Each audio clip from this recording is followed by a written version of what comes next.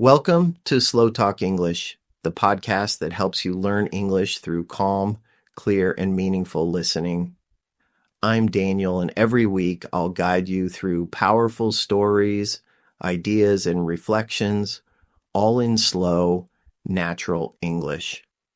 No grammar lessons, no stress, just real language, real topics, and real progress. So take a deep breath, slow down, and let's begin. Today's episode is about a word you've probably heard many times, dopamine. It's often called the pleasure chemical or the motivation molecule. But what exactly is dopamine?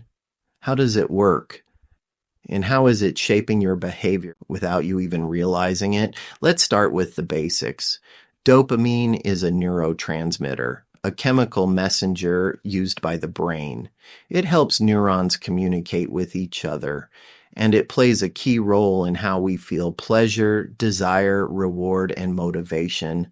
But here's the interesting part.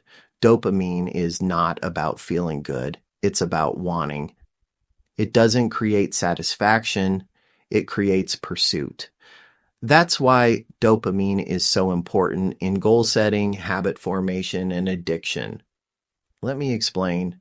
When you see something rewarding, like food, a notification on your phone, or even a new idea, your brain releases dopamine.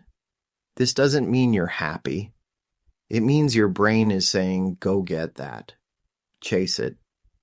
According to Dr. Anna Lembke, a psychiatrist, and author of the book Dopamine Nation, we live in a world overloaded with dopamine triggers. Social media, fast food, online shopping, short videos, they are all designed to spike dopamine fast and often. This creates a problem. When we flood our brains with dopamine again and again, we become desensitized. We need more to feel the same excitement, and normal life, reading, walking, studying, starts to feel boring. This is called dopamine overstimulation. Let's look at the science. In one famous experiment, rats were given access to a lever that stimulated their dopamine system. The result, they pressed the lever over and over, ignoring food and sleep until they died. That's the power of dopamine. In humans, the effect is more complex but similar. We binge watch, scroll endlessly, or chase likes, not because we're weak, but because dopamine is strong. But here's the good news. We can reset our dopamine system, and it starts with awareness. Let's talk about 5 science-based strategies to manage dopamine in a healthy way. Number 1, practice dopamine fasting. This doesn't mean avoiding all pleasure. It means reducing high stimulation activities for a short time. No phone, no sugar, no scrolling. Just silence, walking, reading, or thinking. This helps reset your brain sensitivity. Number 2, delay gratification. Instead of instant rewards, give your brain time to anticipate. For example, wait 10 minutes before checking your messages. The wait actually builds dopamine and trains patience. Number 3, do hard things. Dopamine is not just about fun.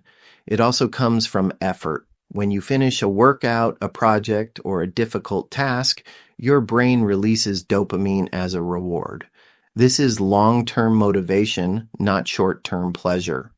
Number 4, create routines.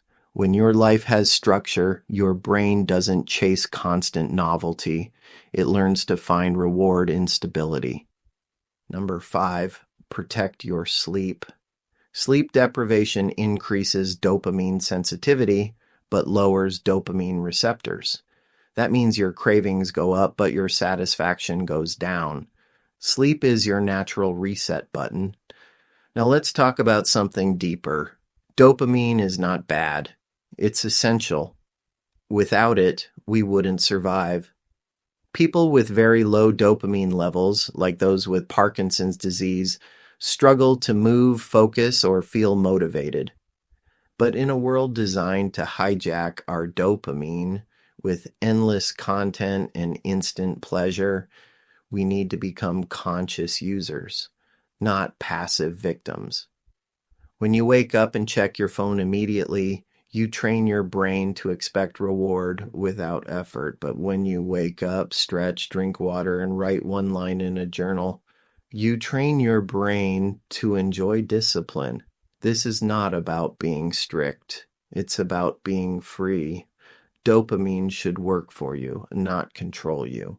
So next time you feel that urge to scroll, pause. Ask yourself, what is my brain really chasing right now?